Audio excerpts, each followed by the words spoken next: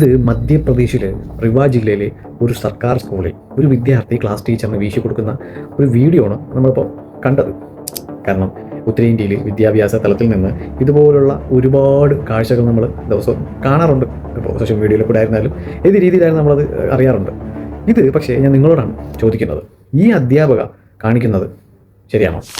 കാരണം അവർക്ക് ഇഷ്ടമുള്ള അധ്യാപകർക്ക് വിദ്യാർത്ഥികൾ സ്നേഹത്തിൻ്റെയും എന്താ പറയുക, ക്ലാസ്സിൽ വൈദ്യുതി ഇല്ലാത്തതിൻ്റെയും ഭാഗമായി കുറച്ച് നേരം വീശി കൊടുക്കുന്നതിൽ അല്ലെങ്കിൽ അധ്യാപകരെ നിലത്തിട്ട് ചവിട്ടുന്നതിൽ എന്തെങ്കിലും തെറ്റുണ്ടോ എന്നാണ് ഞാൻ നിങ്ങളോട് ചോദിക്കുന്നത്. തെറ്റില്ല എന്നാണ് ഞാൻ മനസ്സിലാക്കുന്നത്. കാരണം ഗുരു ശിഷ്യ ബന്ധമാണല്ലോ, അതിൻ്റെ ഒരു ഭാഗമായാണ് ഇപ്പോൾ ഇതൊക്കെ നടന്നത്. കാരണം ഗുരുവിൻ്റെ ഭാഗത്ത് നിന്ന് 2 തല്ല് കിട്ടിയിരുന്നാലും കുഴപ്പമില്ല എന്നാണ് ഞാൻ മനസ്സിലാക്കുന്നത്. തെറ്റ് പറയേണ്ടത് അല്ലെങ്കിൽ നമ്മൾ തെറ്റ് ചൂണ്ടിക്കാണിക്കേണ്ടത് ഇതുപോലുള്ള സ്കൂളുകളെയാണ്, അല്ലെങ്കിൽ ഉത്തരേന്ത്യയിലെ ഇതുപോലത്തെ വിദ്യാഭ്യാസ രീതിക്കെതിരെയാണ് നമ്മൾ തെറ്റ് പറയേണ്ടത്. കാരണം വർഷം ഇത്രയും കടന്നുപോയിട്ടും ഒരു പുരോഗതിയും ഒരു മാറ്റവും കൊണ്ടുവരാൻ കഴിയാത്തതിൻ്റെ ഭാഗമായി നമുക്കിതിനെയൊക്കെ കാണാൻ കഴിയും, അല്ലേ?